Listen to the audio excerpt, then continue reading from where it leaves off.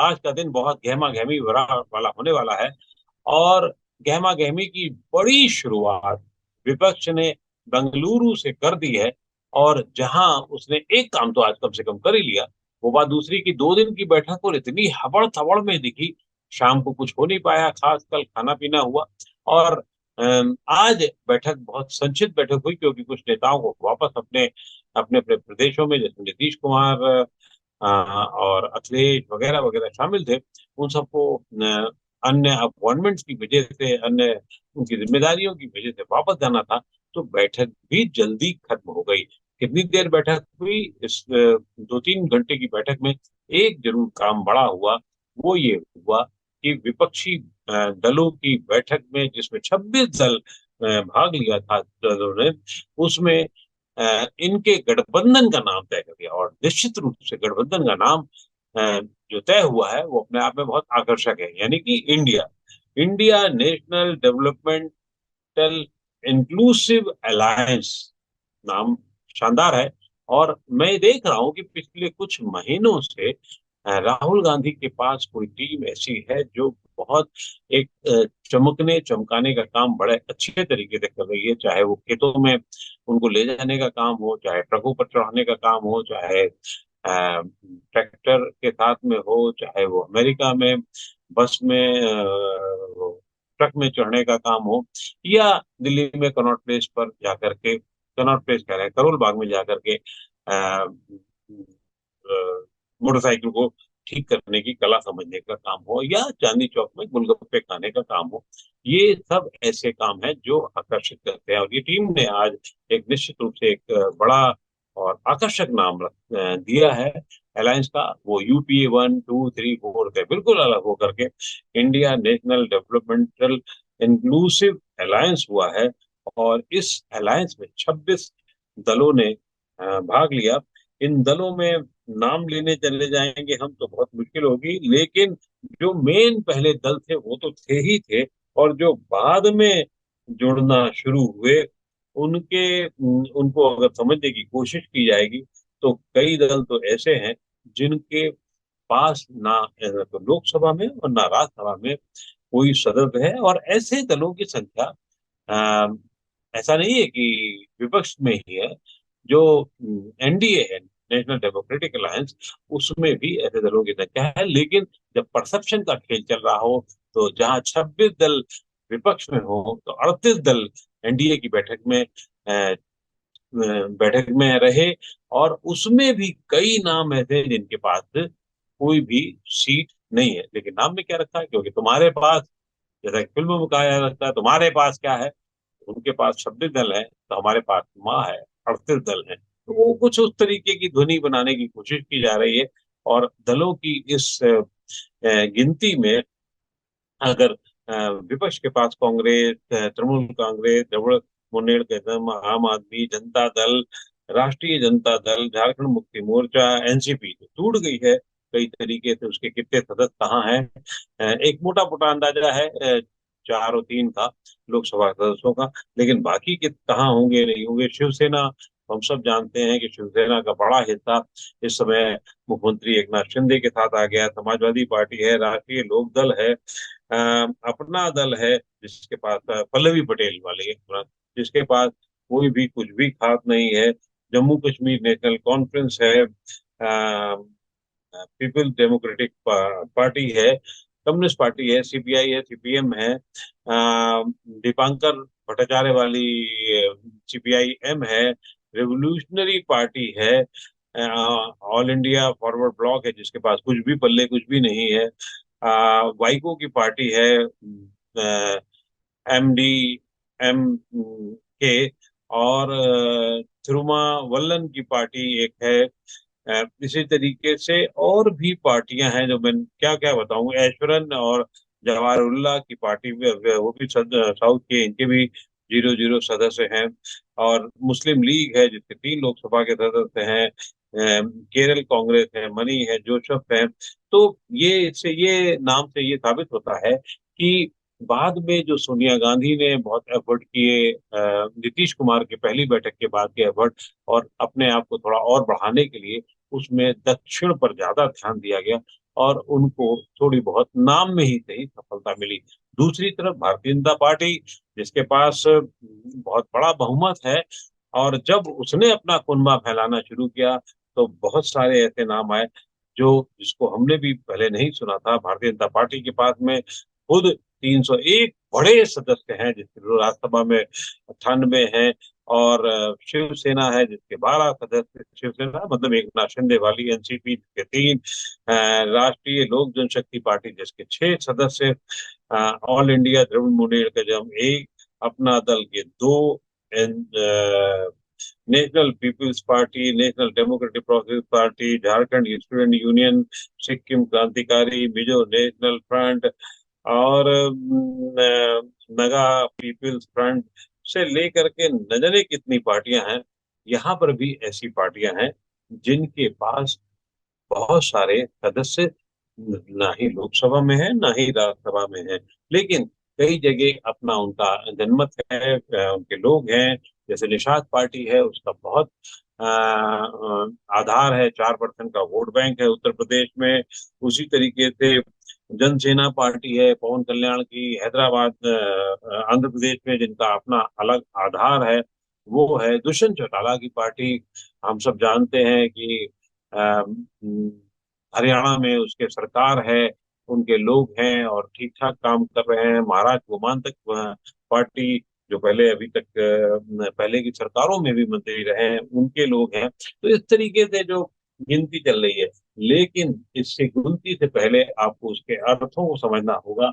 और जब एनडीए की बैठक के पहले, इंडिया की बैठक, अब तो कह ही सकते हैं उसको इंडिया की बैठक, यानी कि जैसे आप विपक्ष के दलों की बैठक कह रहे थे, उसकी बैठक हुई, तो उसमें जो कुछ हुआ कुछ समय की ही बैठक में, वो अपने आप में बहुत रोचक था, बहुत बड़ा था। उसमें भी सिर्फ फैसला नाम को लेकर के हुआ। बाकी ये हुआ कि अगली बैठक के लिए तय हो गया है, एक समिति बनाई जाएगी, और वो समिति ही सीटों के बंटवारे, क्योंकि सबका सवाल, सबके मन में इच्छा यही है कि सीटों को लेकर के क्या होगा। तो सीटों को लेकर के भी ये मामला बना कि सीटें पर बंटवारे पर बात अगली होगी, और मुझे लगता नहीं कि वो अगली बैठक में भी तय होगा। हाँ, अगली बैठक में संयोजक का नाम जरूर इंडिया का तय हो सकता है। कौन होगा ये कहा नहीं जा सकता। एक चीज और होगा, क्योंकि संयोजक को लेकर नीतीश का नाम जरूर है, कितना आगे तक बढ़ पाएगा, क्योंकि अब कुनबा बढ़ा लिया गया है, लोग बढ़ा लिए गए हैं, कांग्रेस का आधिपत्य ज्यादा हो गया है। तो कौन होगा ये भी एक सवाल होगा। दिल्ली में सचिवालय उसका होगा। और व्यंग करने में इस बैठक के बाद जब प्रेस कॉन्फ्रेंस हुई, तो प्रेस कॉन्फ्रेंस में खड़गे साहब ने, जो अपने आप को एक बहुत परिपक्व नेता के तौर पर साबित करते चले जा रहे हैं, पहली बार पहले वक्ता के तौर पर प्रेस कॉन्फ्रेंस में उन्होंने बहुत व्यंग के साथ कहा कि हमारे 26 आए तो उनके 38 आए, और उसमें कौन सी पार्टियां हैं, रजिस्टर्ड हैं नहीं रजिस्टर्ड हैं, उनका व्यंग था उस तरीके का। और उन्होंने कहा जो पार्टी टुकड़े टुकड़े जोड़ने का, टुकड़े टुकड़े दल का काम कर रही थी, वो टुकड़े टुकड़े जोड़ रही है, जबकि वो कहती थी कि हम भारतीय जनता पार्टी ही अकेले हैं। और दूसरा भाषण जो हुआ ममता बनर्जी का हुआ, जो इंडिया को लेकर के उन्होंने एम्फेसिस किया, जरा सा भाषण था, उसमें इंडिया को बचाना है की बात करी है उन्होंने। अरविंद केजरीवाल साहब ने जरूर तीसरे वक्ता के तौर पर हर सेक्टर को मोदी जी ने बर्बाद कर दिया, इस बात को कहा। और लेकिन फिर फाइनली जो अंतिम वक्ता के तौर पर, जैसे कह सकते हैं, राहुल गांधी आए, और राहुल गांधी ने भी अपने नाम को मतलब इंडिया के नाम को सार्थक किया गया, और ये कहा कि चुने हुए लोगों के साथ का धन जो है वो एक कुछ लोगों के पास में जा रहा है। प्रेस कॉन्फ्रेंस थी तो 3-4 सवाल ही हो पाए, और ये कहा गया कि साहब हमें जल्दी जाना है, इसलिए कम हो सकती है बातचीत। बहुत हबड़ तबड़ में प्रेस कॉन्फ्रेंस रही थी, और खड़गे साहब ने कहा कि सीट एडजस्टमेंट कोई बड़ी बात नहीं है। पूरी बैठक का लबो लबाब सिर्फ मोदी को हटाने पे था, प्रधानमंत्री मोदी को हटाने पे था, ना कि बाकी मुद्दों पे था। ये बहुत साफ रहा। अब आगे क्या जाता है, तो यहाँ पर भी रणनीतिक तौर पर बैठक में इंडिया पर फोकस किया गया, और जानबूझ के मुझे लगता है ऐसा किया गया कि इंडिया नाम को ही आ, पर ही केंद्रित किया जाए, ये बात तय रखी गई। लेकिन जब 4 घंटे पहले जब ट्वीट आना शुरू हो गए थे इंडिया को लेकर के, चाहे वो डेविड ये अपने पश्चिम बंगाल के सांसद डेरेको ब्रायम का ट्वीट आया, फिर उसके बाद आरजेडी का ट्वीट आया और उसे लग गया था कि इंडिया नाम पे मोहर लग गई है। तो उसी के साथ साथ दूसरी तरफ प्रधानमंत्री थे, जहां दूर एक सीमा के आसपास पोर्ट ब्लेयर के पर जो वो जो उद्घाटन कर रहे थे एयरपोर्ट पर, वहां उन्होंने बहुत साफ अपना निशाना कर दिया कि कट्टर भ्रष्टाचारियों का सम्मेलन किया जा रहा है। जेल जाने वाले लोग इसमें साथ आ रहे हैं। भारत को बदहाल करने के लिए लोग अपनी अपनी दुकान खड़ा करने के लिए आ गए हैं। और उन्होंने एक अवधि का फ्रेज भी इस्तेमाल किया, गाइड कुछ है हाल कुछ है, यानी कि लेवल कुछ है माल कुछ है। तो ये एक उनकी तरफ से कहा गया, पीएम ने कहा कि हमारा गठबंधन अब तक, वो ट्वीट किया था अपनी बैठक के पहले, हमारा गठबंधन अब तक कसौटी पर खरा उतरा है। और जो सबसे रोचक बात थी यहाँ पे भी, क्योंकि रणनीति का खेल इस समय पूरी राजनीति के केंद्र में हो गया है, तो जो प्रधानमंत्री का जब स्वागत कर रहे थे, उसमें कौन स्वागत कर रहा था? उसमें स्वागत करने वाले ठीक है जेपी नड्डा, क्योंकि पार्टी के अध्यक्ष हैं, वो तो थे ही। वहां कोई अमित शाह नहीं थे, वहां कोई और बड़े नेता नहीं थे। वहां थे तो मांझी थे हम के, वहां थे तो शिंदे थे जो महाराष्ट्र के मुख्यमंत्री थे, वहां थे तो नागालैंड के मुख्यमंत्री नेतृत्व थे। लेकिन वहां एक और फोटो ऑप कह सकते हैं, बाहर का फोटो ऑप जो चुरा ले गए, वो चुरा ले गए अपने चिराग पासवान जैसे ही मिले, प्रधानमंत्री ने उन्हें गले लगाया और बहुत कायदे से गले लगाया। तय है कि इसको हमारे दूसरे पासवान था पशुपति जी को थोड़ा बुरा लगा होगा, लेकिन क्योंकि उनको भाव ज्यादा दिया जा रहा है, तो ये पार्टी को पता लग गया है, पहले से ज्ञान है कि पासवान का वोट बैंक बिहार में 8% के आसपास है और उसको पकड़े रहना बहुत जरूरी। तो चिराग का मिलना, चिराग का बीच में जरा देर के लिए बिछड़े भी थे, अपने आप हनुमान कहते थे मोदी को, लेकिन चिराग का मिलना और चिराग का गले लगाना आज मुझे लगता है फोटो ऑप के तौर पर बहुत बड़ी एक खबर के तौर पर हम लोग मानेंगे उसे। लेकिन इन दोनों की बैठक में के बाद में ये सवाल उठ रहा है कि इंडिया के बाद क्या एनडीए का भी नाम बदलेगा? इसकी संभावनाएं बहुत कम है। क्योंकि कोई भी एनडीए का नेता इंडिया का नाम नहीं लेगा, यानी कि इनके गठबंधन का नाम नहीं लेगा, इंडिया का नाम लेगा, इनके गठबंधन का नाम नहीं लेगा। और उसके हिंदी का जो भी संक्षिप्तीकरण होगा, उस पर एक अलग सवाल उठाए जाएंगे, अलग बातचीत की जाएगी, क्योंकि पहले से ही भ्रष्टाचारियों का सम्मेलन उसे बताने की कोशिश की जा रही है। लेकिन क्या एनडीए का भी नाम भारत हो सकता है? ये भी एक छोटी मोटी संभावना है, जो अपने आप में बहुत रोचक संभावना है। और भारत का नाम भी अगर आप थोड़ा उसको प्रोनाउंशिएट करें और उसका थोड़ा विस्तार करेंगे, तो जैसे इंडिया का नाम India democratic development inclusive alliance है, उसी तरीके से भारत का नाम भी भारतीय राष्ट्रवादी अलायंस टुगेदर भी हो सकता है। इसमें क्या बुरा है? लेकिन हो तो बहुत कुछ सकता है, ये संभावना है।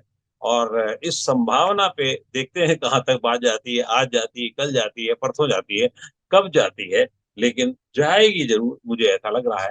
क्योंकि एनडीए के लोग शक्ति से इस इंडिया का नाम तो कम से कम नहीं लेंगे, वो उसको यूपीए 2-3 करके ही करेंगे, ये पक्का है। क्योंकि राष्ट्रवादी छवि से बने रहने के लिए ये करेंगे और इसकी तैयारी कर ली गई होगी। अब कितनी हुई है, क्या हुई है, ये नहीं है। इन दोनों के अलावा आप ये ध्यान रखिए, भारतीय राजनीति में बहुत बड़ी भूमिका निभाने वाले 4 दल के नेता नहीं हैं अभी। एक चंद्रशेखर राव यानी कि जो तेलंगाना के मुख्यमंत्री हैं वो नहीं है, नवीन पटनायक नहीं है उड़ीसा के मुख्यमंत्री, आंध्रा के मुख्यमंत्री जगन रेड्डी नहीं है, चंद्रबाबू नायडू आंध्रा के नहीं है। जो आसपास की जगह के 4 प्रमुख नेता नहीं है, मायावती तो है ही नहीं अभी, जबकि मायावती का अलग कार्ड अपने अंत तक कब तक चलेगा ये कहा नहीं जा सकता है। बहुत सारे और नेता अभी हो सकता है, ये 38 का नाम लिया जा रहा है, 38 के 42 भी हो सकते हैं, क्योंकि अभी कई पार्टियां टूटेंगी, जिसमें बिहार भी एक शामिल है, बिहार के दल शामिल है, वो भी टूटने के कगार पर है। कब कितना टूटेंगे ये वक्त बताएगा। महाराष्ट्र पे कोई भी भरोसा नहीं किया जा कि कौन सी पार्टी टूटेगी, कौन सी पार्टी रहेगी। अभी तो पिक्चर शुरू हुई है, या ये कह सकते हैं भूमि पूजन हुआ है। और भूमि पूजन के बाद फिर पिक्चर जब बनना शुरू होगी तो तब तक, अभी तो 8-9 महीने में बननी है। 24 के चुनाव के पहले तक का जो सीन है लगातार बदलता जाएगा, ये मेरा पक्का विश्वास है। लेकिन इंडिया वर्सेस भारत का जो युद्ध है वो तो जरूर शुरू हो गया है। धन्यवाद।